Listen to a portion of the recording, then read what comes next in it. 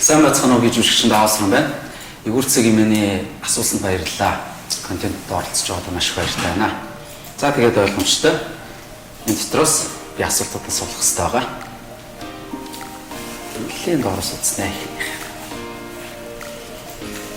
За асуулт. Та хизээ ямар үед аз жаргалыг хамгийн их мэдэрдэг вэ? Ер нь бол маш олон аз жаргалыг мэдэрдэг. Гэхдээ хүн бол энийг өөр хариулах баг. Миний хувьд гэх юм бол хамгийн их аз жаргалтай үе гэх юм бол сэтгэл тайван байх үед хамгийн их аз жаргалыг мэдэрдэг. Сэтгэл тайван байна гэдэг чинь ерөнхийдөө одоо миний дотоод ертөнц тэр чигээр одоо амар амарлаа тий бүх зүйлийг гоёор төсөөлж байгаа энэ үед бол би хамгийн их аз жаргалыг мэдэрдэг.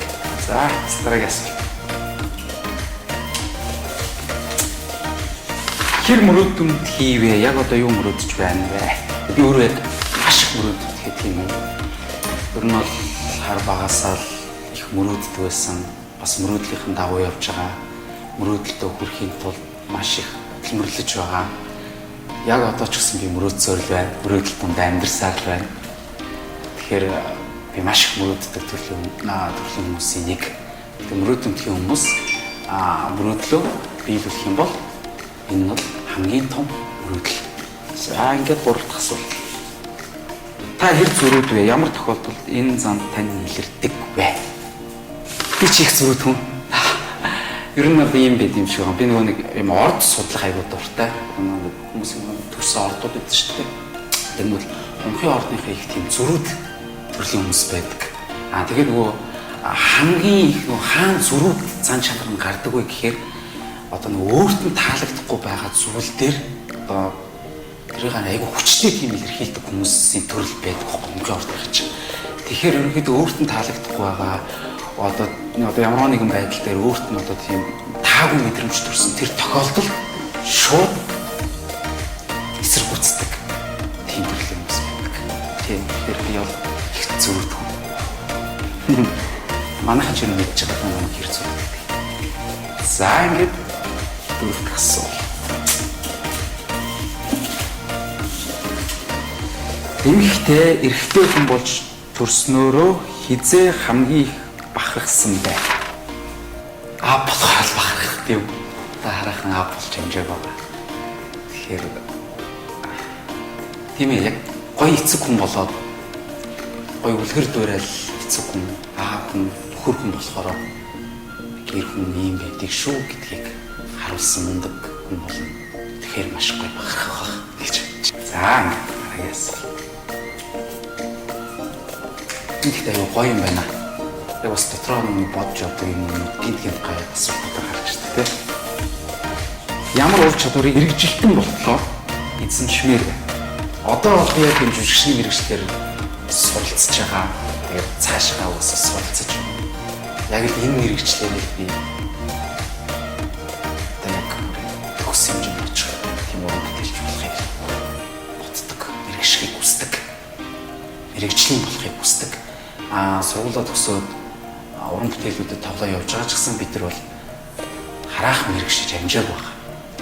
Тэгэхээр яг энэ өөрийнхөө сонгосон, өөрийнхөө нэрээ болгож байгаа энэ мэргэжлийг илүү сайн мэргэжийг боддог даа. Хизээ хинээс хамгийн сайхан магтаал авч байсан бэ? Юу гэж магтсан боо? Миний одоо яг зөвхөн санаанд бууж байгаа юм шүү. Яг сүүлийн үед гэхээс илүү яг манай аав миний яг хамгийн анхны тоглосон киног маань үзээд надад хэлж ирсэн. Тэр бол яг нэг тэр магтаал нь миний хөө айгүй хөөрхөн кинон дээр айгүй хөөрхөн тоглосон байна. Аав нь хүүгээрээ маш их бахархаж байна. Миний хөө улам мундаг тийм уран бүтээлч болоорой магтах гэхээс илүү надад айгүй тийм уран өгчээсэн. Тэгээд тэр үг би магтаал гэж хүлээж авсан. Яагаад гэвэл одоо дахиж тэр үгийг аавсаа сонсох боломжгүй учраас тэр үг бол надад аав нь хамгийн сүүлдсэн хамгийн том магтаал. Өөр орсон улсуудын бас асуултуудыг сонсон ч гоё асуултууд байгаа гэлээ. Надад бас жоохон юу асуултууд ирээд. Та хамгийн сүүлд хизээ байсан бэ? Яагаад? Аавгаа бурхан болсон байсан. Тэрнээс бол юм бол үлээд байдаг. Энэ харин саяных тийм жоохон сэтгэл рүү юм гэд орчлоо шүү. За дараагийн асуулт. Таны дуртай дуучид ингээ ямар дунд нь хамгийн дуртай вэ? За би өстой амар олон дуучид дуртай. Өөрөө бас дуулах амар дуртай болохоор энэ дуу чинь тэр дуучны энэ дуу гоё. Энэ дуу муухай. Цохиолын дуу чинь хипхоп, R&B, pop те гадаад дотоод одоо K-pop юу гэдэг. Энэ тэр гэж бод би ялах дуу надад таалагдсан. Миний тайпанд нийлж байгаа нийцж байгаа тэр дуу болгоныг би сонсдог. Бидэрдэг. Тэрний ямар уран бүтээлч байсан бол надад биш. Хамгийн гол нь энэ чи ихшгэлж байгаа тэр дуу надад таалагдж байгаа. Би ста хамаагүй. Ингээд сонсдог багш. Дараагийн асуулт. Олон талын авьяастай ч өөрийгөө батлан харуулахыг хүсдэг чиглэл тань юу вэ?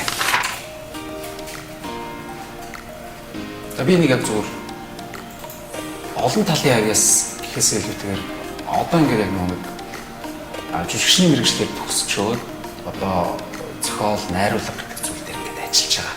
Энэ бол дөнгөж шинхэн ингээд цагаан цаас нэрийн тавигдал явж байгаа.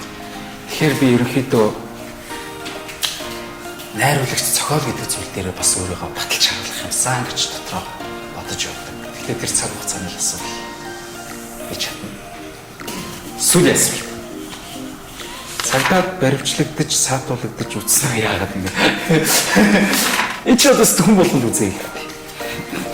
Тэр ч одоо юу шүү дээ. Баригцсан тэгэл зөндөл баригцсан шүү дээ. Гэтэ янз бүрийн тийм амар бол хүн бишэлтэй зүгээр.